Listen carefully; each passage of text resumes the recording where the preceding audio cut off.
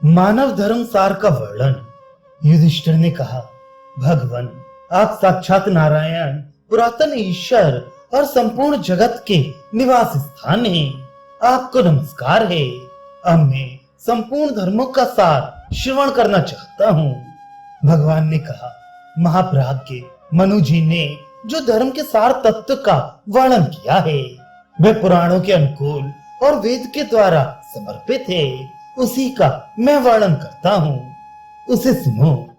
अग्निहोत्री द्विज, कपिला गौ, यज्ञ करने वाला पुरुष, राजा, सन्यासी और महासागर ये दर्शन मात्र से मनुष्य को पवित्र कर देते हैं, इसलिए सदा इनका दर्शन करना चाहिए।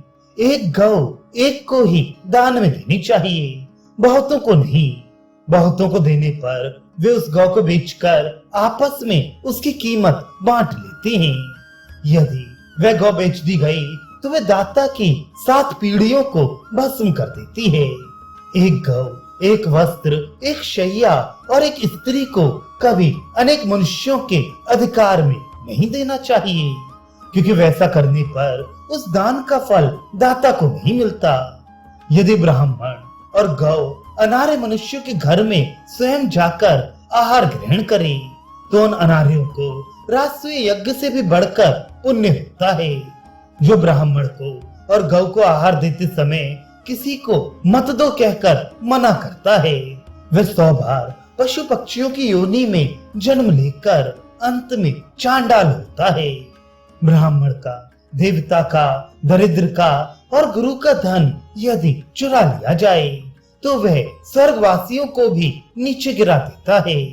जो धर्म का तत्व जानना चाहते हैं उनके लिए वेद मुख्य प्रमाण है, धर्म शास्त्र दूसरा प्रमाण है और लोकाचार तीसरा प्रमाण है। पूर्व समुद्र से लेकर पश्चिम समुद्र तक और हिमालय और विंध्याचल के बीच का जो देश है उसे आर्यावर्त कहते हैं। सरस्वती और दृष्टवती इन दोनों देव नदियों के बीच का जो देवताओं द्वारा रचा हुआ देश है उसे ब्रह्मावर्त कहते हैं। जिस देश में चारों वर्णों तथा उनके अवान्तर भेदों का जो आचार पूर्व परंपरा से चला आता है वही उनके लिए सदाचार कहलाता है। कुरुक्षेत्र, मत्स्य, पंचाल और शूरसेन ये ब्रह्म ऋषियों के देश हैं और ब्रह्मावर्त के समीप हैं। इस देश में उत्पन्न हुए ब्राह्मणों के पास जाकर भूमंडल के संपूर्ण मनुष्यों को अपने अपने आचार की शिक्षा लेनी चाहिए। हिमालय और विंध्याचल के बीच में कुरुक्षेत्र से पूर्व और प्रयाग से पश्चिम का जो देश है वह मध्य देश कहलाता है। जिस देश में कृष्णसार नामक मृग स्वभावतः विचरा करता है वही यज्ञ के लिए उपयोगी देश है। उससे भिन्न मिलेच्छों का देश है। इन देशों का परिचय प्राप्त करके द्विजातियों को इन्हीं में निवास करना चाहिए, किंतु शूद्र जीविका न मिलने पर निर्वाह के लिए किसी भी देश में निवास कर सकता है। सदाचार, अहिंसा, सत्य, शक्ति के अनुसार दान तथा यम और नियमों का पालन ये मुख्य धर्म है। ब्राह्मण, क्षत्रिय और वैश्यों का गर्भाधान से लेकर अंत्येष्टि पर्यंत सब संस्कार वेदोक्त विधियों और मंत्रों के अनुसार कराना चाहिए, क्योंकि संस्कार इहलोक और परलोक में भी पवित्र करने वाला है।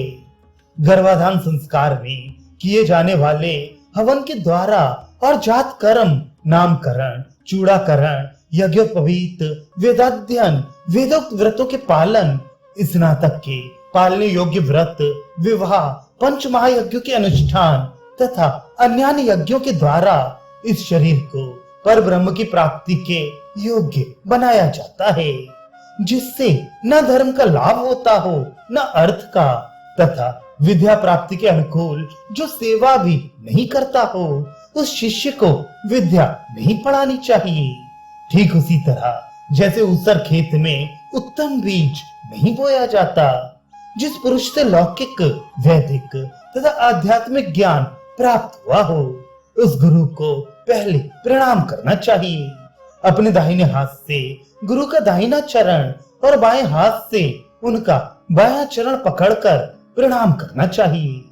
गुरु के एक हाथ से कभी प्रणाम नहीं करना चाहिए। जो गर्भाधान आदि सब संस्कार विधिवत कराता और वेद पढ़ाता है वह ब्राह्मण गुरु कहलाता है। जो उपनयन संस्कार करके कल्प और रहस्यों सहित वेदों का नित्य अध्ययन कराता है उसे उपाध्याय कहते हैं।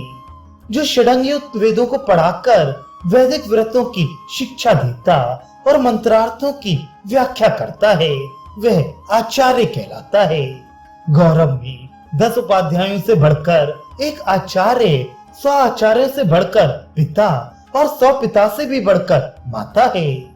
किंतु जो ज्ञान देने वाले गुरु हैं वे इन सब की अपेक्षा अत्यंत श्रेष्ठ हैं।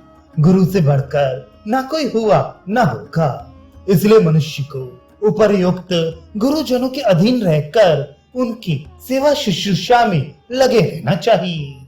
इसमें तनिक भी संदेह नहीं कि गुरुजनों के अपमान से नरक में गिरना पड़ता है।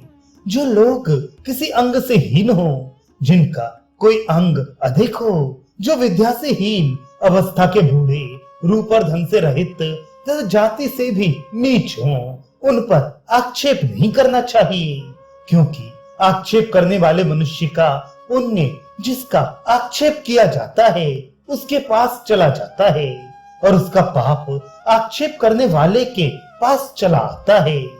नास्तिकता, वेद और देवताओं की निंदा, द्वेष, दंभ, अभिमान, क्रोध तथा कठोरता इनका परित्याग कर देना चाहिए।